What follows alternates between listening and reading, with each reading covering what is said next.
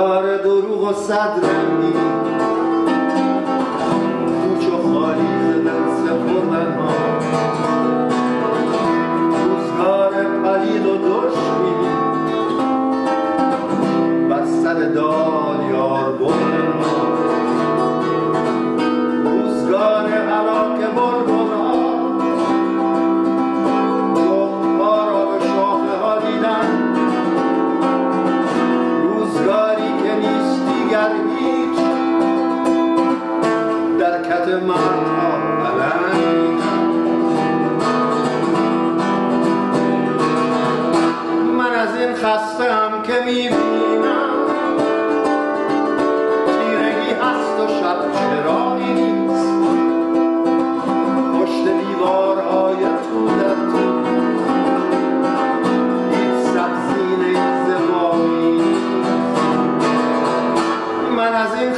خستم که میبینم تیرگی هست و شب چراغی نیست پشت دیوارهای طولم هیچ سبزی نیز باقی نیست هیچ سبزی نیز باقی نیست هیچ سبزی نیز باقی نیست هیچ سبزی نیز باقی نیست.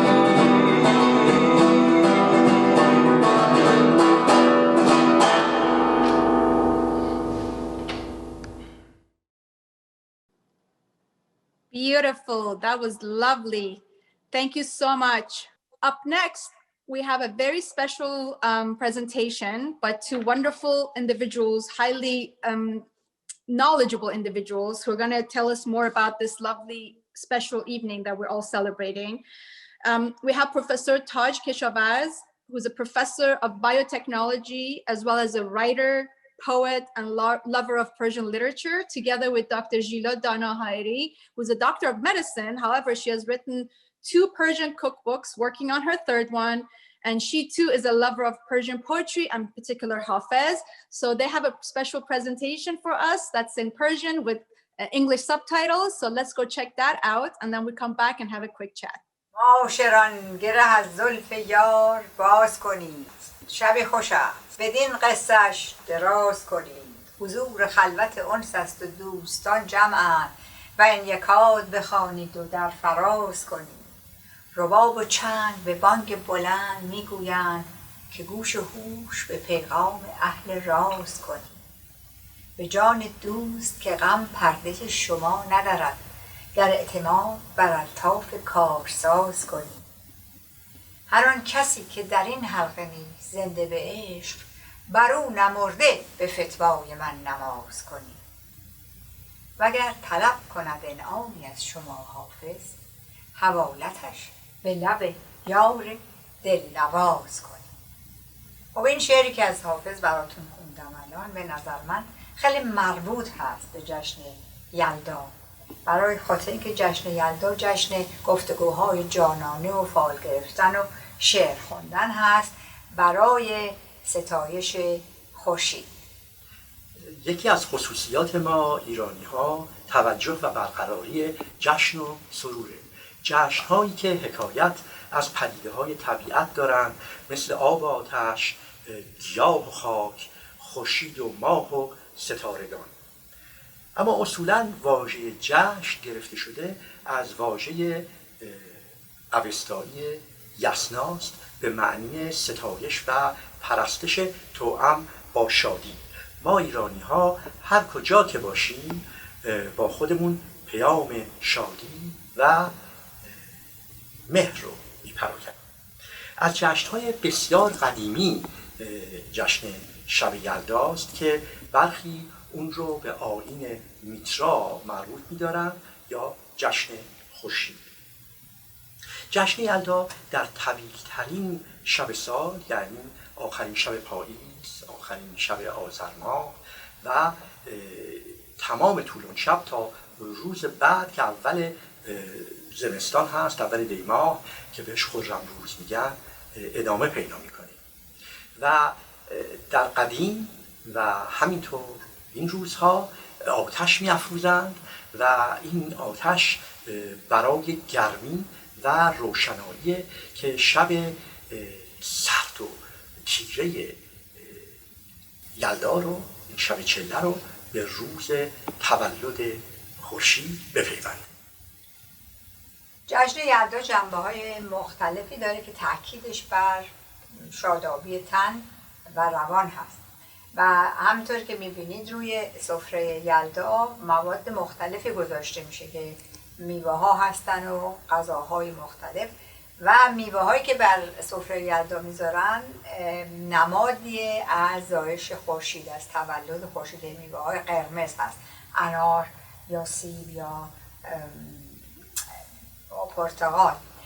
در این حال هندوانه میذاشتن و هندوانه خیلی جالب هست چون که قدیم در فصل زمستان که هندوانه نبوده، این رو پرورش میدادن، میآوردن میرسوندن به یک مرحله که تا برسه به شب یلدا. از مواد خیلی مهم روی سفره آجیل شیرین و آش هست، آش رشته که آش خیلی قدیمی هست که از روزگاران خیلی گذشته به ما رسیده. از جنبه‌های مهم شب یلدا گذشته از توجه به جسم، توجه به جنبه‌های ذهنیه، یعنی تحرک اندیشه و احساس، و این از طریق خواندن داستان‌های قدیمی برقرار می‌شده در جمع. مثلا داستان‌های از شاهنامه، داستان‌های حماسی، داستان‌های عاشقانه لیلی و مجنون، خسرو و شیرین از نظامی، و همینطور حکایت‌های عارفانه از عطار، از مولوی، از سعدی. و البته که در طول شب طویل یلدا شعر خواندن بسیار مطرحه و وقتی که صحبت از شعر میشه محققاً صحبت از حافظ عزیزه و فال حافظ که سالیان دراز در فال گرفتن همگی سهیم هستند و الان هم در این شب شاید بسیار بجاست که فالی برای جمیع دوستداران ایران بگیریم. بر سر آنم که گرز دست براید، دست به کاری زنم که قصه سراید. خلوت دل نیست جای صحبت اغیار، دیو چو بیرون رود فرشته درآید. صحبت حکام ظلمت شب یلداست، نور ز خورشید جو بو که برآید. صالح و طالح متاع خویش نمودند، تا چه قبول افتد و چه در نظر آید. بلبل عاشق تو عمر خواه که آخر، باغ شود سبز و سرخ گل به بر آید. شاد باشید. But up next, I have two other special artists who are coming on live with me, and for all of us to not only perform, but I'm lucky to get to talk with them. Both of them are very dear to me. I've watched their artistic journey, especially here in the US, since they've arrived, and they're truly two of the gems of our younger generation of artists. First is, of course, Reza Rohani. He's an Iranian pianist and composer and the son of lovely maestro Anushiravan Rohani, together with Sara Naeni, who's another phenomenal Iranian artist, songwriter, vocalist, and performer, and so much more. Reza and Sara Jun, welcome. خوش آمدید. اسم آهنگ دلیار هست، ساخته پدر منه و شعرش از دلشاد.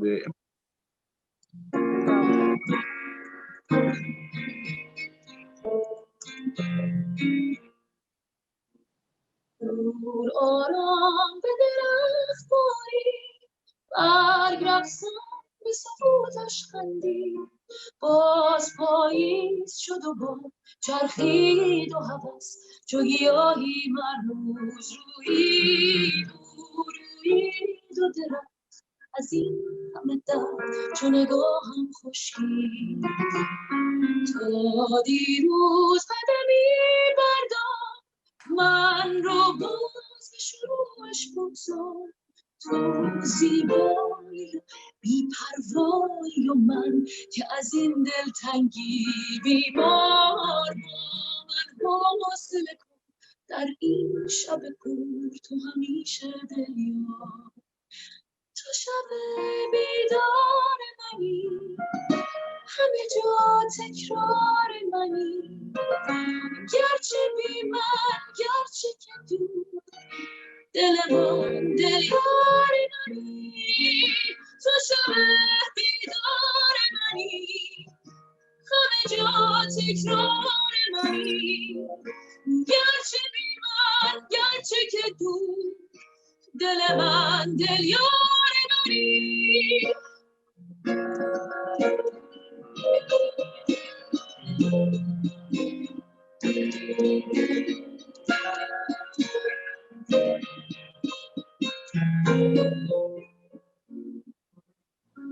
راه رویام و چه زود دستی، من یلدام شب دور از خورشید.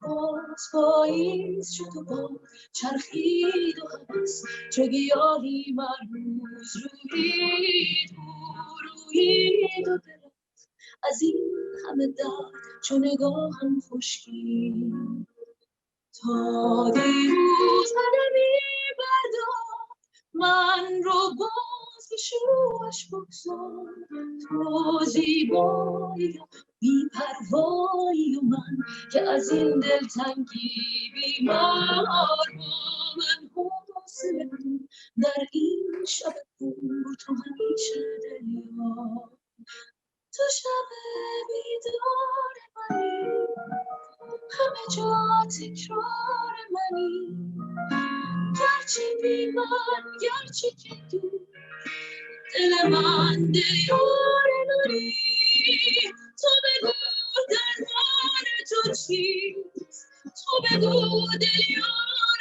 تو کیست تو بگو این همه رو سببی جز فاصله نیست تو شب بیدار منی همه جا تکرار منی گرچه بی من گرچه که دور دل من دلیار منی دل من دلیار منی دل من دلیار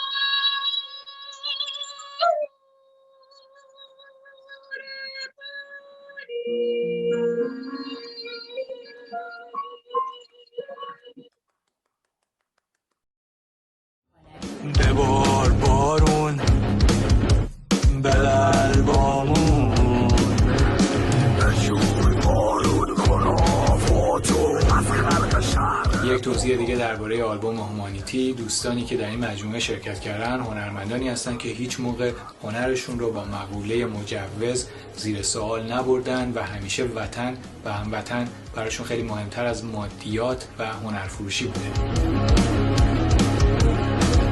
همچنین در این آلبوم ما افتخار حضور یکی از اسطوره‌های موسیقی ایران رو داریم که در آینده نزدیک بیشتر در این باره صحبت خواهیم کرد. برای امشب دوستان خوبم هرو و فریا آهنگی که برای این مجموعه تهیه کردن رو امشب منحصراً به صورت آکوستیک یا آنپلاگ برای شما اجرا میکنن به زبان زیبای کردی.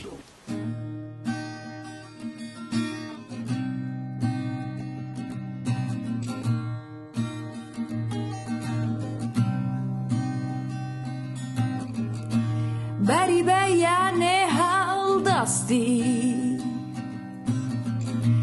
هروا چشو هروا مستی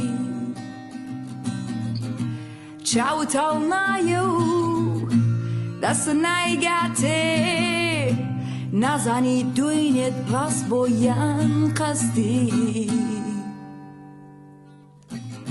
سرلجی خود هروا کسی کز لدورت نکبی نسی بخبر لو دنیایا دور لهرچی دنگو باسی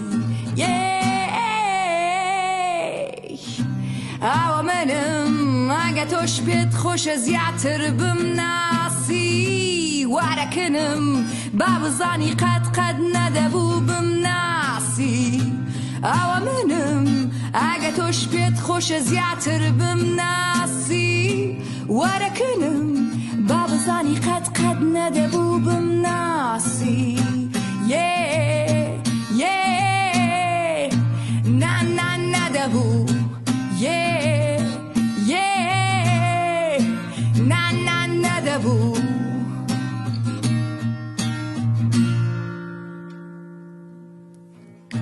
همو حالی خود در بو خود و قان خون در روی ری خود استشنا نیزانی او ریوان بویان ری خود جاری وایا پیدوانی وابه اوی دادویز لوری دابه یکی وقتو باشته زانی ندبو قد لوری دابه او توش بيت خوش زياتر بمناسي وركنم باب زاني قد ندبو بمناسي عوامنم اگه توش بيت خوش زياتر بمناسي وركنم باب زاني قد ندبو بمناسي yeah yeah na ندبو yeah yeah na ندبو عوامنم اگه توش بيت خوش زياتر بمناسي وركنم باب زاني قد ندبو بمناسي.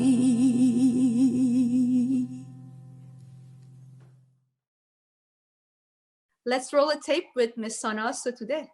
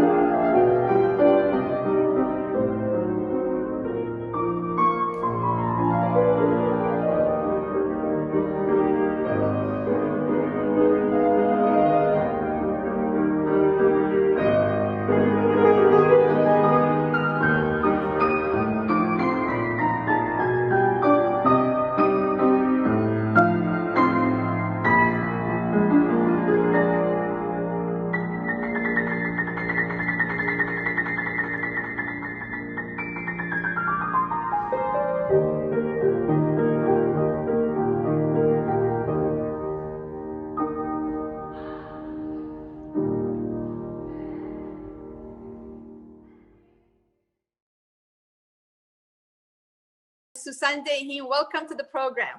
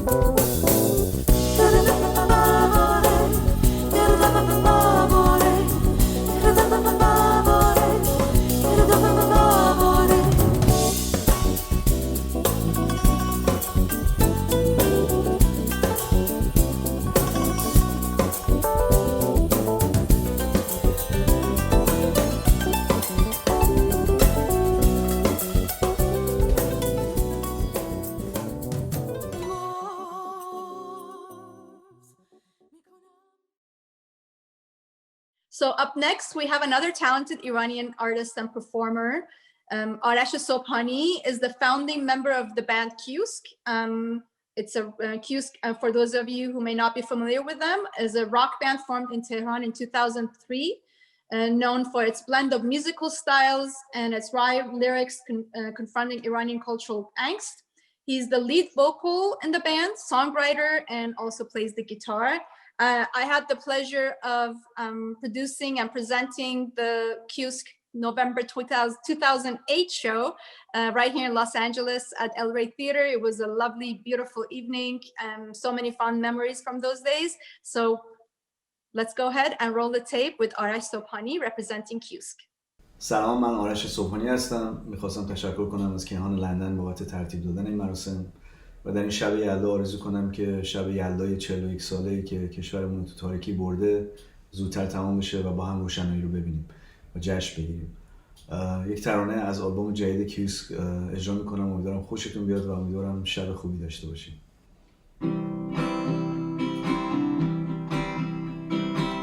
میشه یه دروغو اونقدر گفت که جای حقیقت از دهن بقیه شنفت. میشه لاف زد و مدرک آکسفورد رو غریب.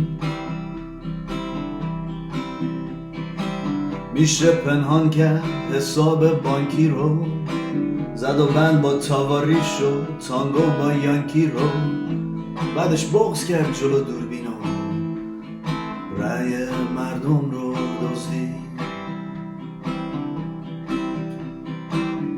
میشه وقت عمل چغنده رو ماست شد، یه روز چپ شد و روز بعد راست شد.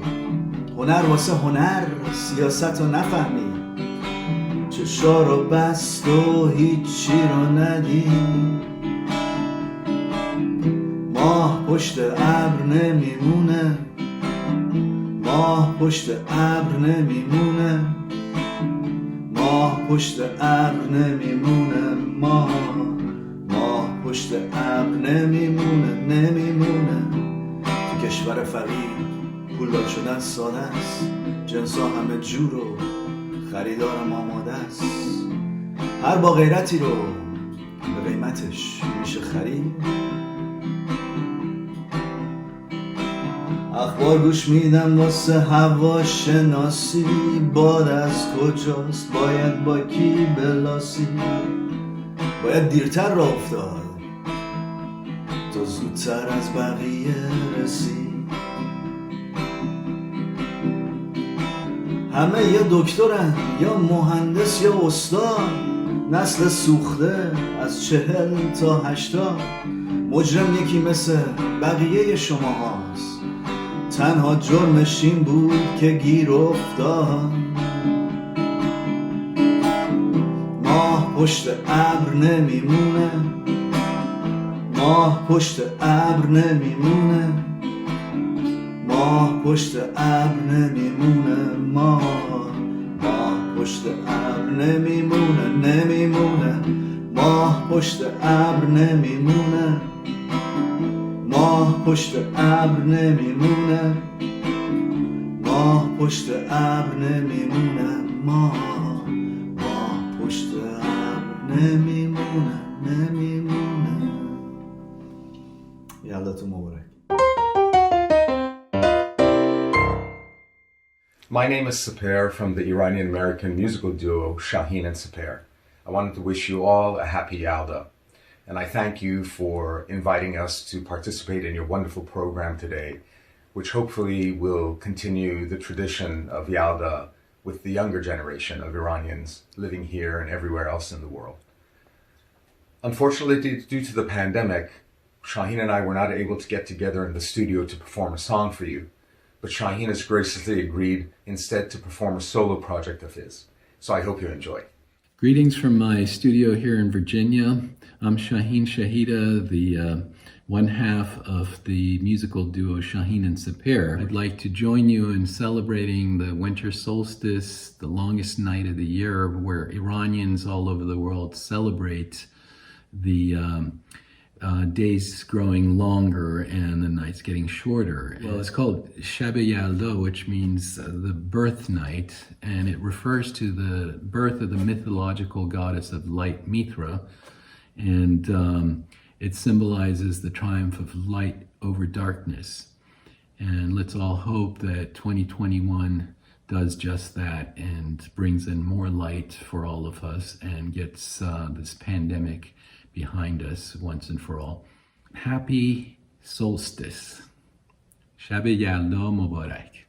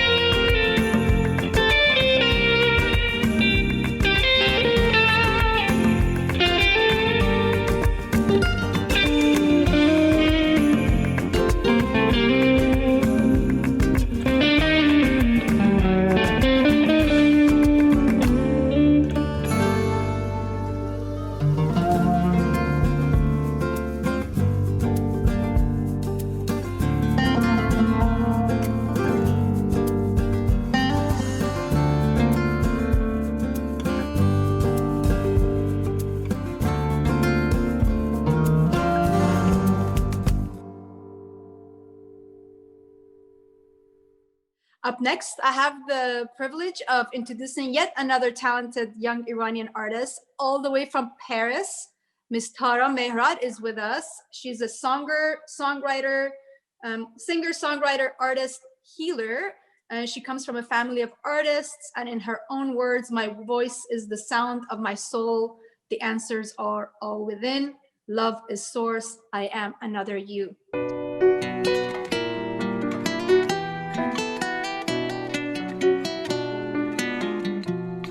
این بار بدوش خشک و تو پیر بگذار و برخیز این خواب گران 100 سال و سنگین تو برخیز ای ناله مکن از دل تنگ وقت شده برخیز از خشم از این تکرار از این درد تو برخیز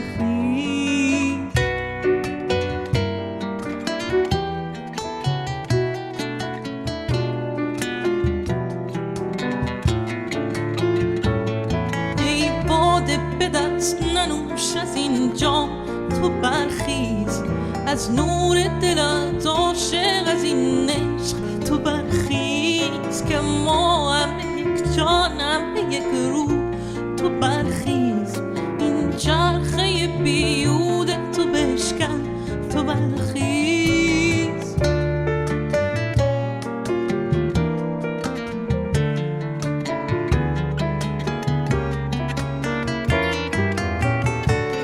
که راه دلت باز نکن انکار تو برخیز از خواب گران خواب گران خواب گران خواب از خواب گران خواب گران خواب گران خواب گران از خواب گران خواب گران خواب گران خواب گران از خواب گران از خواب گران خواب گران خیز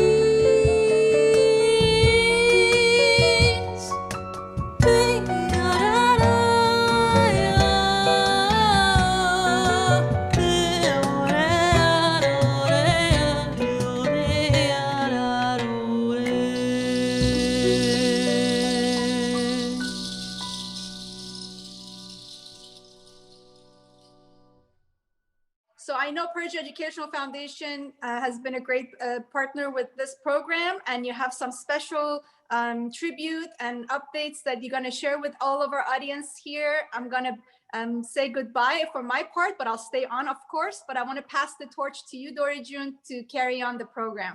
We at Persia Education are delighted to dedicate tonight's event to one of the most outstanding, distinguished personalities of Iran, Abdulreza Ansari, who sadly passed away on the 10th of December. He was the founding member of Persia Education, and he was really a true visionary who totally believed in the power of education to improve prosperity, well-being. I'd like now to hand over to Nazanin Ansari, who really basically has been the backbone of this entire evening, and hopefully she will close the event for us with our surprise guest. Nazanin John, wherever you are, come out because we all owe you a huge thank you. Thank you, Dori John. I might have started it, but you were the engine, and without your support, this tonight would not have happened. And of course, Bita Jun, you were absolutely amazing. And thank you once again for agreeing to compare this evening. Now, for our surprise guest, but someone who has been on the program all along, he needs no introduction. He is a son of Iran Zamin, but more than anything, he's a family man, which is one of the basic elements of celebrating Yalda. He's a man of many talents, especially of music, I understand, but he, more than anything, his heart beats for Iran. It gives me great honor and privilege to invite Prince Reza Pahlavi, Shahzade, خوش آمدید به شب یلدای ما. درود نازنین جان. Hi everyone and Yaldai Hamidi Mubarak.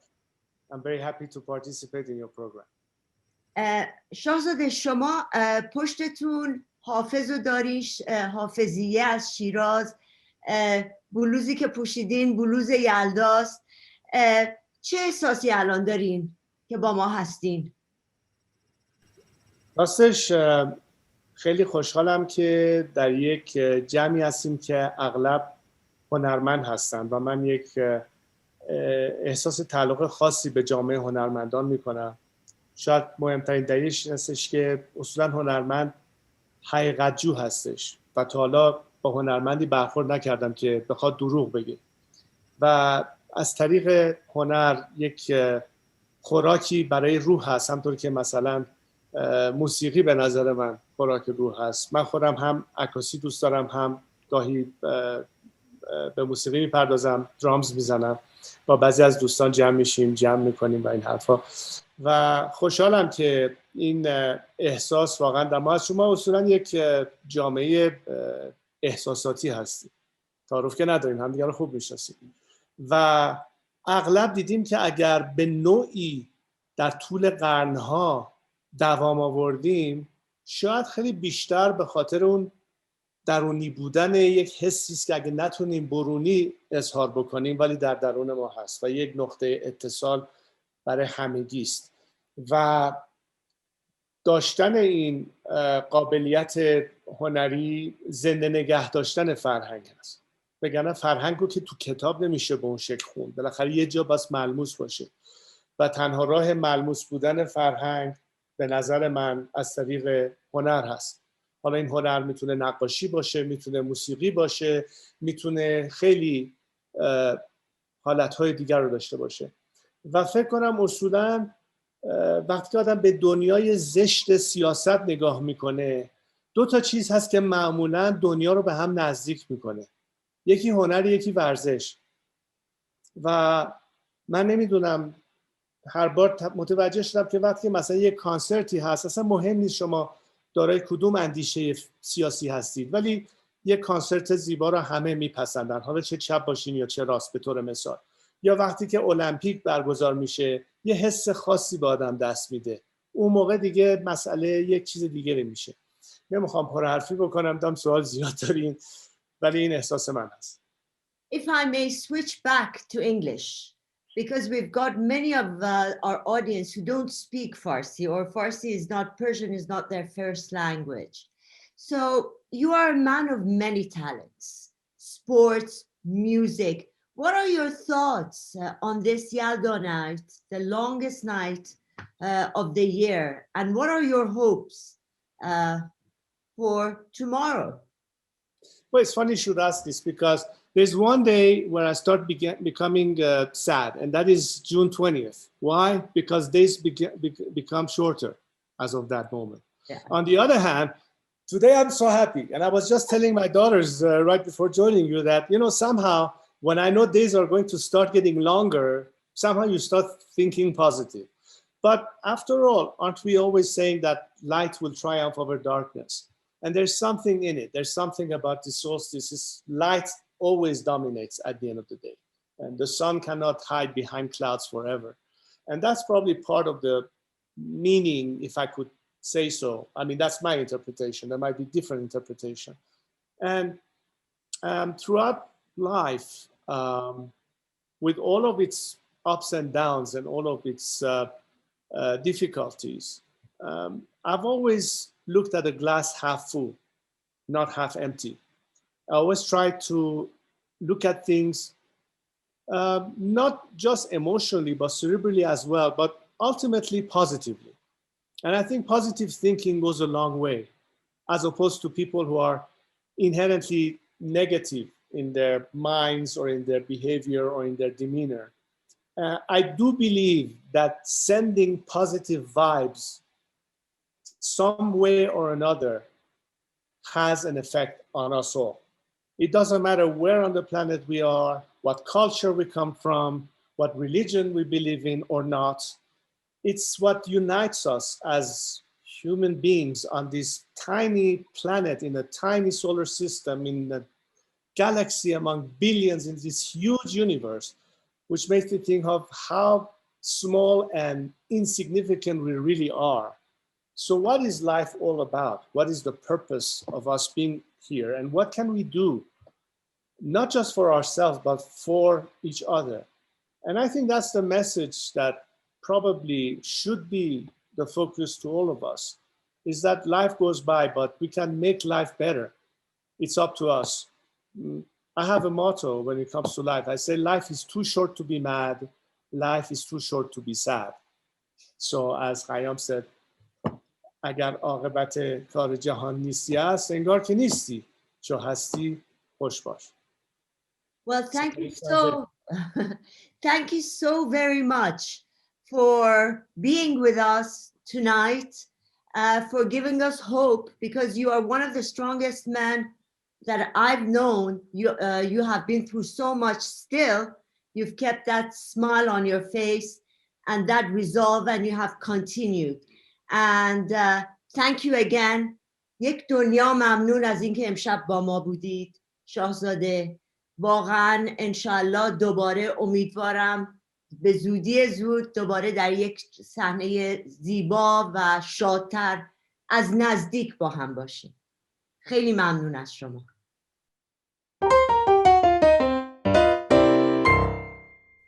It gives me great pleasure before ending the show to go to one of a most beautiful lady, an Iranian American composer, a performer, and a pianist who is famous for her lyrical, romantic, and captivating melodies. Her touch on the piano is very unique, and she has been compared to big masters, and even some call her the female Yani. Faranak Shahroozi, welcome. خوش آمدید به شب یلدای ما. مرسی، خیلی ممنون. چه اینترودکشن قشنگی.